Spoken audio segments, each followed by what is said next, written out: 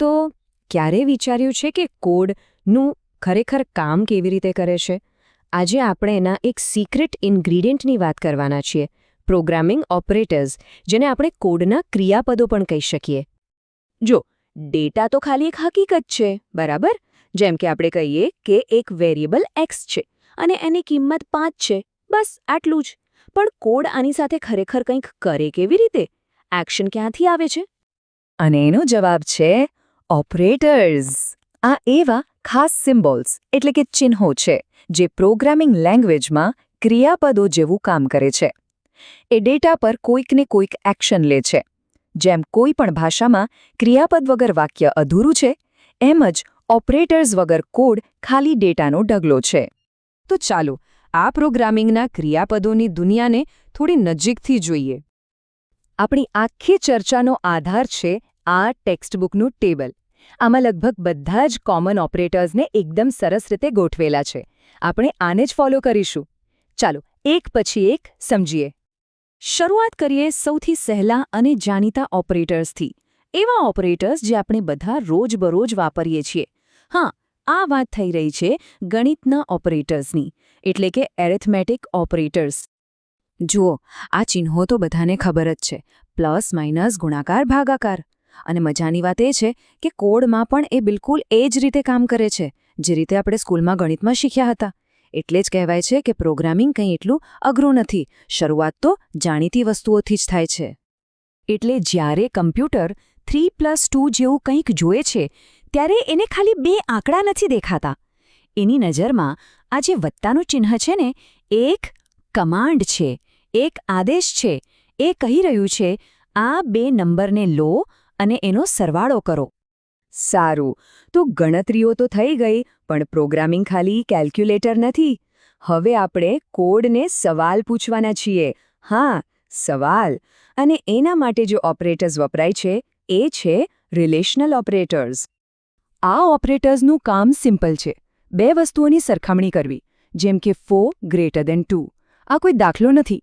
આ એક સવાલ છે જે કોડ કમ્પ્યુટરને પૂછે છે, ભાઈ, શું 4 એ 2 કરતાં મોટો છે? અને કમ્પ્યુટરનો જવાબ કોઈ નંબર નહીં હોય. એનો જવાબ હશે હા અથવા ના. અને આ જ સૌથી મહત્વની વાત છે. અહીં જવાબ કોઈ નંબર નથી આવતો. જવાબ હંમેશા હા કે નામાં જ હોય છે. પ્રોગ્રામિંગની દુનિયામાં આપણે એને ટ્રુ અથવા ફોલ્સ કહીએ છીએ. અને આ જ વસ્તુ છે જે કોડને નિર્ણયો લેવામાં મદદ કરે છે. આખો ખેલ આ ટ્રુ ફોલ્સ પર જ છે. ઓકે, અહીં એક બહુ જ કોમન કન્ફ્યુઝન છે જે દૂર કરવું જરૂરી છે.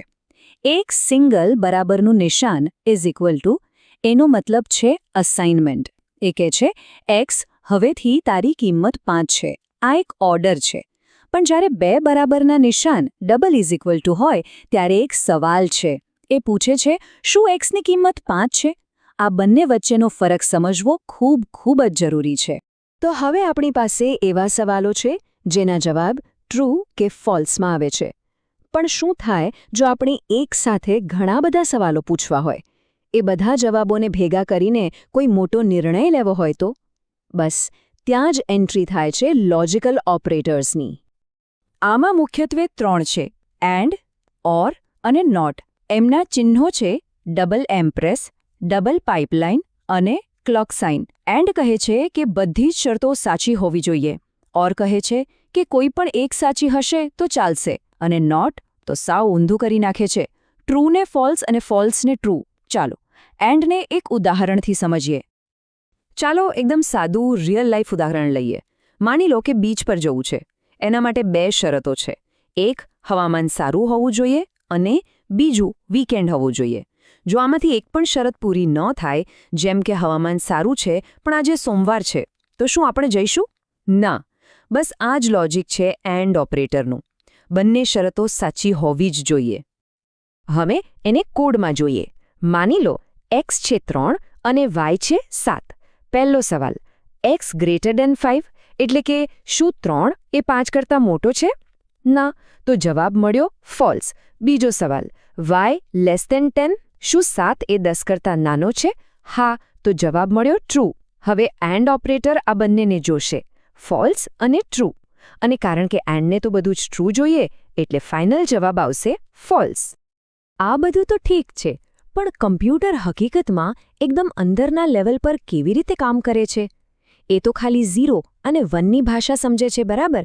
તો ત્યાં લોજિક કેવી રીતે ચાલે? એના માટે છે બિટવાઇઝ ઓપરેટર્સ. આ સીધા 0 અને 1 પર જ ઓપરેશન કરે છે. ચાલો એક નાનકડું ઉદાહરણ ફટાફટ જોઈ લઈએ. ધારો કે આપણે 3 and 5 કરવું છે તો કમ્પ્યુટર પહેલા 3ને એની પોતાની ભાષામાં એટલે કે બાઇનરીમાં ફેરવશે અને 3નું બાઇનરી થાય 0 1 1. એ જ રીતે 5નું બાઇનરી થાય 1 0 1. હવે આ એન્ડ ઓપરેટર શું કરશે? એ બંને નંબરોના દરેક બીટને એક એક કરીને સરખાવશે. એ જોશે કે કઈ જગ્યાએ ઉપર અને નીચે બંને જગ્યાએ 1 છે. આપણા કેસમાં 0 1 1 અને 1 0 1માં ખાલી છેલ્લી પોઝિશન પર જ બંનેમાં 1 છે, એટલે પરિણામ આવશે 0 0 1. અને બાઇનરીમાં 0 0 1 એટલે શું? એટલે 1. તો 3 and 5નો જવાબ આવ્યો 1. આ થોડું ઊંડાણપૂર્વકનું છે, પણ કમ્પ્યુટર આ જ રીતે કામ કરે છે. અને લો લેવલ પ્રોગ્રામિંગમાં આ બહુ જ પાવરફુલ ટેકનિક છે. ઓકે, તો આપણે ગણિત જોયું, સરખામણી જોઈ અને તર્ક પણ જોયો. પણ આ બધા અલગ અલગ ચિહ્નો આખરે આટલા મહત્વના કેમ છે? કારણ કે આ ઓપરેટર્સ જ કોઈપણ પ્રોગ્રામના બિલ્ડિંગ બ્લોક્સ છે. વિચારો, એરિથમેટિક ઓપરેટર્સ કોડના કેલ્ક્યુલેટર્સ છે, રિલેશનલ ઓપરેટર્સ કોડને સવાલ પૂછવાની શક્તિ આપે છે, અને લોજિકલ ઓપરેટર્સ એ સવાલોના જવાબ પરથી નિર્ણય લે છે. ગણતરી, સવાલ અને નિર્ણય આ 3 વગર દુનિયાનું કોઈ સોફ્ટવેર બની જ ન શકે. તો ઓપરેટર્સ ખાલી સિમ્બોલ્સ નથી, એ કોડને જીવંત કરનારી શક્તિ છે.